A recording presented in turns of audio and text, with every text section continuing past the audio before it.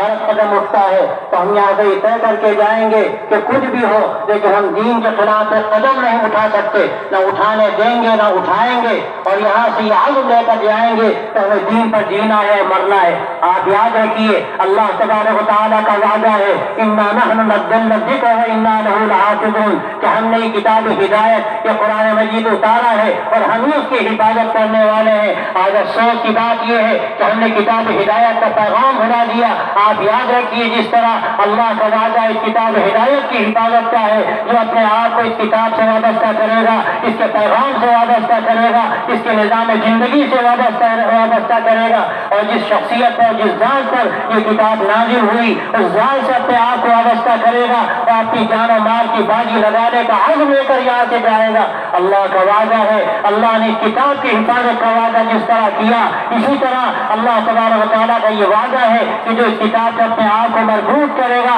اللہ تبارک و تعالیٰ اس کی بھی حفاظت کرے گا۔ میں آپ سے صرف دو باتیں یاد کرنا چاہتا ہوں۔ آپ نے بڑی مفید باتیں سنی، آپ نے عزم کیا، آپ نے آل انڈیا مسلم پرسنل بورڈ کے قائدین نے جو پیغام دیا ہے آپ کو، آپ نے یہ ارادہ کیا ہے آپ اس کو پورا کریں گے، آپ اس کے لیے آگے بڑھیں گے، قدم بڑھائیں گے، آپ اس کے لیے قربانیاں دیں گے، اور جو بھی ہمیں اس کے لیے جو کچھ بھی ہمیں نشاور کرنا پڑے، اپنی عزت نشاور کرنی پڑے، اپنی جان نشاور کرنی پڑے، ہم سب کچھ نشاور کریں گے۔ لیکن یاد رکھیے اگر ہم نے یہاں سے عزم نہ لیا اور ہم یہاں سے یہ پیغام دے کر نہ گئے کہ ہمیں اللہ کے دین کے لیے جینا کرنا ہے، اور ہمیں جو اللہ تبارک و تعالیٰ نے اپنے محبوب صلی اللہ علیہ وسلم کے ذریعے سے جو نظام زندگی دیا، جو اخلاق دیے، جو ایمان دیا، اور حقیقت یہ ہے میں آپ کو یاد دلاتا ہوں، آپ تاریخ اٹھا کر دیکھیے اللہ کے نبی صلی اللہ علیہ وسلم نے جب غار حرا سے اعلان کیا تھا اسلام کا، اللہ کی وحدانیت کا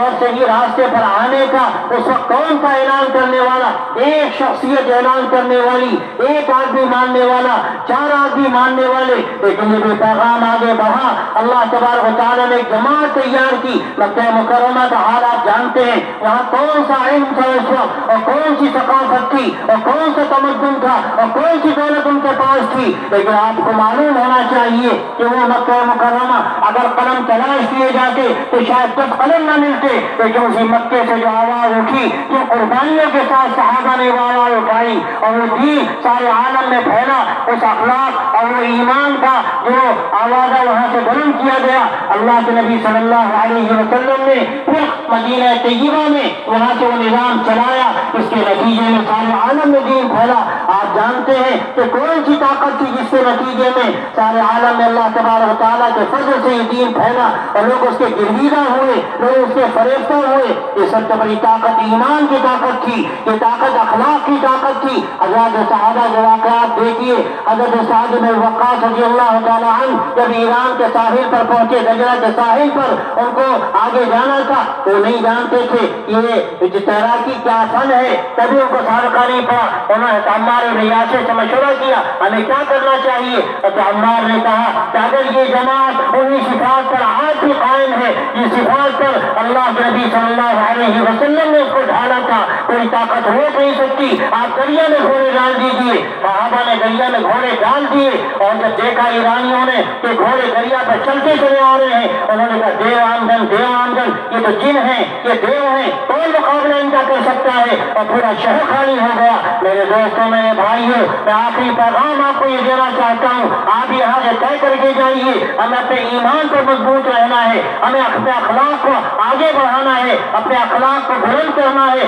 اللہ کے نبی صلی اللہ علیہ وسلم کے بارے میں اللہ تبارک و تعالیٰ نے قرآن مجید میں فرمایا وَإِنَّكَ لَعَلَىٰ خُلُقٍ عَظِيمٍ، آپ اخلاق کے اعلیٰ ترین معیار پر ہیں۔ آپ نے کیا معافی کے اصول دیے، اس طرح آپ نے درگزر فرمایا، اور آپ جانتے ہیں انہوں نے جو آپ صلی اللہ علیہ وسلم کے جانی دشمن تھے کوئی کسر نہیں چھوڑی، لیکن آپ صلی اللہ علیہ وسلم نے ان کے ساتھ بھی سلوک کیا۔ تو مکے میں قحط پڑا، آپ نے ریلیف کا کام کیا اور 500 دینار جمع فرمائے اور مکہ مکرمہ اپنے دشمن کو بھیجے، ابو سفیان کو۔ آپ چاہتے تھے عباس کو بھیج دیتے، لیکن آپ نے سفیان کو بھیجے، جو بعد میں سفیان رضی اللہ عنہ ہوئے۔ اللہ تبارک و تعالیٰ نے آپ کے ذریعے سے جو کام کرایا اور مکہ اس کے بعد فتح ہوا، یہ مکے کی فتح کا واقعہ کیا ہے کہ صلح حدیبیہ اس کا آغاز ہے جس موقع پر آپ صلی اللہ علیہ وسلم نے صلح کی اور دب کر صلح کی، اس وقت یہ آیتیں اتری انا فتحنا لک فتحا مبینا، ہم نے آپ کو فتح مبین عطا فرمائی۔ کہ فتح مبین کیا تھی؟ مکہ مکرمہ جس سے آنے کے بعد یہ لڑائیوں کا جو سلسلہ چلا موقع نہیں مل سکا، لیکن جب صلح حدیبیہ ہوئی مکے والے مدینے گئے، مدینے والے مکے گئے، انہوں نے آپ صلی اللہ علیہ وسلم کے اخلاق کو دیکھا، صحابہ کے اخلاق کو دیکھا، ان کی معاشرت کو دیکھا، ان کی اعلیٰ زندگی ان کے سامنے آئی، ان کے دل پگھل گئے۔ اور آپ جانتے ہیں تاریخ کا واقعہ ہوئی ہے کہ پورے 18-20 سالوں میں اتنی بڑی تعداد میں لوگ ایمان میں داخل نہیں ہوئے جتنی بڑی تعداد میں ان 2 سالوں میں لوگ ایمان میں داخل ہوئے۔ میں آپ کو ایک پیغام دینا چاہتا ہوں، اس سے زمینیں ہل جاتی ہیں، اس سے آسمان ٹل جاتے ہیں، اس سے دلوں کی کیفیت بدل جاتی ہے، حالات بدل جاتے ہیں۔ آپ یہاں یہ بھی طے کیجیے ہمیں پکا مسلمان بننا ہے، ہمیں اپنے اخلاق کو سنوارنا ہے، ہمیں انسانیت کی وہ مثالیں پیش کرنی ہے جو ہمارے آقا حضرت محمد عربی صلی اللہ علیہ وسلم نے پیش کی۔ اگر آپ نے یہ طے کیا ہمیں ہر میدان میں ڈٹنا ہے، ہمیں جس طرح اپنے دشمنوں سے مقابلہ کرنا ہے، ہمیں ان کی غلط فہمیوں کا ازالہ بھی کرنا ہے۔ آج ہم جس ملک میں رہتے ہیں جس طرح میڈیا نے غلط فہمیاں پھیلائی ہیں، میں اس میں واقعات پیش کر سکتا تھا لیکن اس مختصر کے وقت میں اس کا موقع نہیں ہے۔ لیکن میں آپ سے صاف کہتا ہوں اگر آپ نے یہ طے کر لیا تو آپ وہاں ان کی غلط فہمیوں کو دور کیجیے، اپنی محبتوں سے اپنے اخلاق جیت کیجیے۔ آپ دیکھیں گے حالات کس طرح بدلتے ہیں، کس طرح ہمیں میدان میں ڈٹنا ہے، کس طرح ہمیں مقابلہ کرنا ہے، کس طرح ہمیں شریعت کی حفاظت کرنی ہے۔ اس شریعت کی حفاظت کے لیے ہمیں اپنے ایمان کی حفاظت کرنی ہے، آنے والے نسلوں کی ایمان کی حفاظت کرنی ہے۔ آج جس طرح سے ایمان کا سودا ہو رہا ہے، پہلی بات یہ ہے ہم یہاں سے طے کر کے جائیں ہمیں اپنے ایمان کی حفاظت کرنی ہے، اور اس کے ایمان کی حفاظت کے لیے جو ہمارے سامنے پیغام ہے اللہ کے نبی صلی اللہ علیہ وسلم کا اور جو طریقہ زندگی ہے ہمیں اس کو اختیار کرنا ہے۔ ابھی باتیں آپ کے سامنے آئی، کون روکتا ہے آپ کو مسجدوں میں جانے سے، اور کون روکتا ہے آپ کو اذانیں دینے سے، اور کون آپ سے یہ کہتا ہے کہ آپ غلط طریقے پر شادیاں کیجیے، آپ ڈھول تاشے کیجیے، آپ دوسروں کو رسوا کیجیے۔ آپ بعض مرتبہ ان بچیوں کو جن کی شادیاں نہیں ہوتی اور جس کے نتیجے میں بعض مرتبہ وہ ابتدا کی کگار پر پہنچ جاتی ہیں اور اپنی شادیوں میں لاکھوں کروڑوں روپے ہم خرچ کرتے ہیں، ہمیں یہ توفیق نہیں ہوتی کہ ہمیں یہ رقم ان کے لیے دے دے جن کی شادیاں نہیں ہوتی اور اس کے ذریعے سے ہم ان کو ایمان بچا لے۔ ہمیں ڈر ہے کہ حشر میں ہمارے دامن ہو اور حضور پاک علیہ السلام کا دست مبارک ہو۔ آج ہم طے کریں ہمیں اپنی شادیاں سنت کے مطابق کرنی ہے۔ اعظم النکاح برکتن ایسرہ مؤونتن، فرمایا سرکار دو عالم صلی اللہ علیہ وسلم نے سب سے برکت والا نکاح ہوا ہے جس میں سب سے کم خرچ کیا جائے، کہ ہمیں اپنی معاشرت کو درست کرنا ہے، ہمیں پورے اسلام کو اختیار کرنا ہے، اسی طرح اپنی اخلاق زندگی کو سنوارنا ہے۔ آج ہم بات پر لڑنے کے لیے تیار ہیں، اپنے بھائیوں پر مقدمے کیے جاتے ہیں اور اس کے نتیجے میں ہم جس حالت میں پہنچ گئے، میں آپ سے صاف کہتا ہوں پہلے اپنے حالات کو ہمیں درست کرنا ہے۔ اگر یہ جو ہمارے لیے اللہ نے دائرہ اختیار رکھا ہے اور یہ کم ہوتا چلا جا رہا ہے، اگر ہم نے اس کا فائدہ نہ اٹھایا اور اس دائرہ اختیار کو ہم نے کشادہ کرنے کی کوشش نہیں کی تو یاد رکھیے یہ دائرہ کم ہوتا چلا جائے گا۔ اور یہ ہمارے شریعت بانی حضرت مولانا